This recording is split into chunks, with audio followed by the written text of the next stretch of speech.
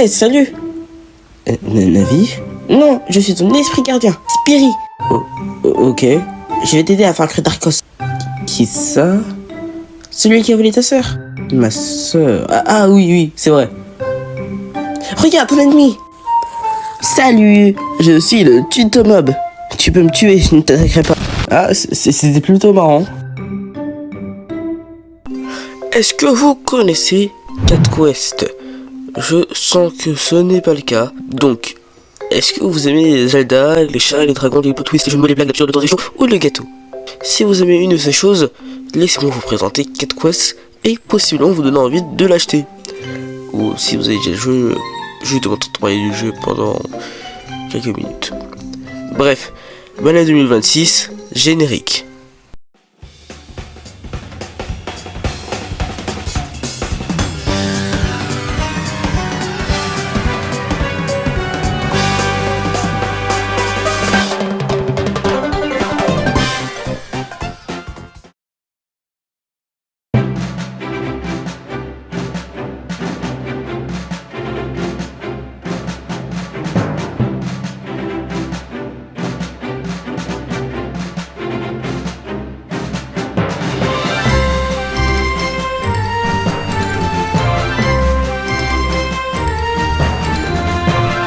Bon, vous l'avez vu dans l'intro animé, on est un naufragé qui a vu sa sœur se faire kidnapper par Dracos, un chat blanc avec des pouvoirs magiques. Avec l'aide de Spiri, votre objectif est de sauver votre sœur et de vaincre les 4 dragons de Dracos, tout en faisant des quêtes secondaires. En vrai, comme ça on pourrait croire que l'histoire est un prétexte à l'aventure. Et au début du jeu, c'est ce que je pensais aussi. Mais en réalité, le lore du jeu est assez intéressant.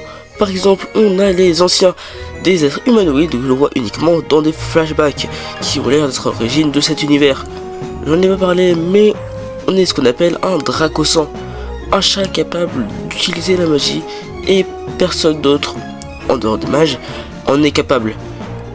Et on apprend que les anciens ont créé les Dracosans. Il y a aussi les chuchateurs, des chats avec une affinité que dragons. Et on apprend aussi qu'il y a un livre magique qui est découpé une ville en deux, tout en la maudissant au passage. Mais en dehors du lore assez intéressant, il y a le plus gros point fort du jeu, l'humour.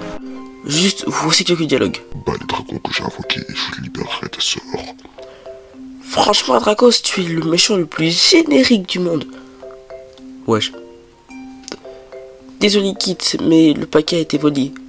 Non, c'était le dernier épisode de Les Morts Bondissants, ma série préférée de tous les temps. Maintenant, je saurais jamais si Lélan meurt. Et bon, tout ça est surtout porté par les personnages. Et je pense que si vous avez joué à beaucoup d'RPG, vous devez savoir quel type de personnage est Spiri. C'est ce petit compagnon qui va interagir avec les PNJ, qui va réagir aux événements, ou qui va nous indiquer la suite de l'aventure. Comme si Rup dans Puzzle Dragon Z. Non, vous connaissez pas? Tant pis. Spiri apporte aussi beaucoup d'humour, et malgré le fait qu'il soit la voix du joueur, il a quand même sa propre personnalité. Mais vous vous demandez sûrement pourquoi créer un personnage si c'est juste pour parler pour le joueur. Bien pour une raison que je ne peux pas donner sans spoiler la fin du jeu, mais c'est aussi pour l'immersion. C'est d'ailleurs pour ça que Link dans les Zelda et le protagoniste des jeux Pokémon ne parle jamais sans un choix de dialogue. Si on n'est pas d'accord avec ce que dit Spiri, il n'y a pas de séparation entre nous et notre personnage, car ce n'est pas nous. Ça permet d'avoir des échanges de dialogue drôles sans briser l'immersion. Il y a aussi des personnages secondaires comme Kit Kat, le roi lion, le gouverneur Minet et le buisson, qui apportent beaucoup d'humour et des dialogues assez marrants. Si on veut parler du gameplay, eh bien c'est vraiment sympa. C'est assez basique mais vraiment fun. Tu peux attaquer physiquement et faire des roulades, tu peux lancer des sorts que l'on peut obtenir dans certaines tours auprès des mages. Mais ce que je ne vous ai pas dit, c'est que c'est un open world. Après un tuto de genre 7 minutes, on peut aller partout. Avec quelques limites bien évidemment. Par exemple, pour vaincre des dragons, il faut devenir Jésus. Ou en tout cas pouvoir marcher sur l'eau. Grâce à la science. Oui, si vous êtes chrétien extrémiste, évitez ce jeu. Pour le troisième, il faut pouvoir voler. Et pour ça, il faut faire la quête d'un buisson. Parfaite transition pour vous parler des quêtes secondaires. Je les adore. Ces quêtes sont l'un des plus gros points forts du jeu. Elles ont toute leur propre histoire, leur propre lore. D'ailleurs, il y a une quête sur Noël et c'est dans le thème. Donc, je vais vous la raconter.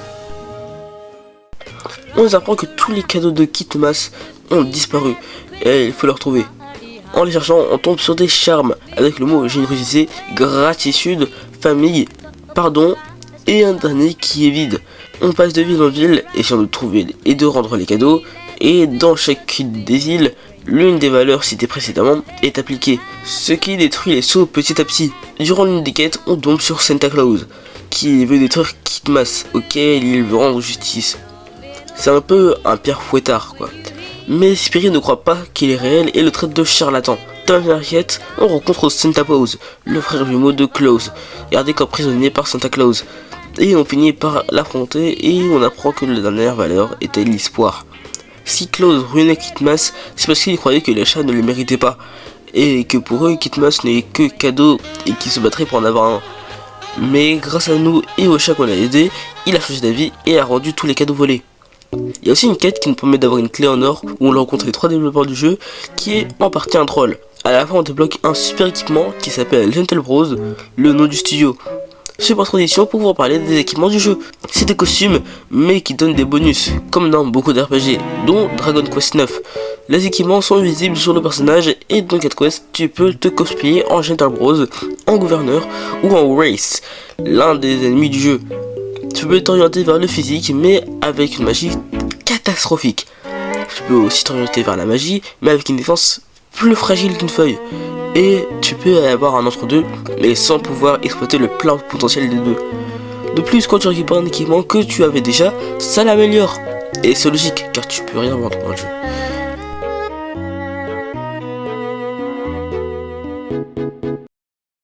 Bon, la vidéo s'arrête ici. J'aurais aimé vous parler plus en profondeur du jeu et de son histoire, mais j'ai plus beaucoup de temps pour la finir. Et surtout, je ne veux pas tout dévoiler sur le jeu pour que vous lâchiez. Il est vraiment pas cher et il est sur toutes les plateformes. Il est régulièrement en réduction et je vous le recommande chaudement. J'espère que la vidéo vous aura plu. N'oubliez pas de liker et de vous abonner. Laissez le mot Noodle en commentaire pour que je puisse reconnaître tous ceux qui sont restés jusqu'à la fin. Je vous souhaite une bonne année 2020 Peace. C'était Darwin. Salut.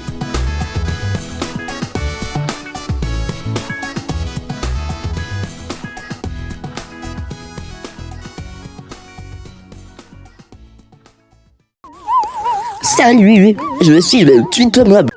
Salut, je suis le Tutomob. Salut, je suis le Tutomob. Salut, je suis le Tutomob. Salut, je suis le Tutomob. Salut, je suis le Tutomob.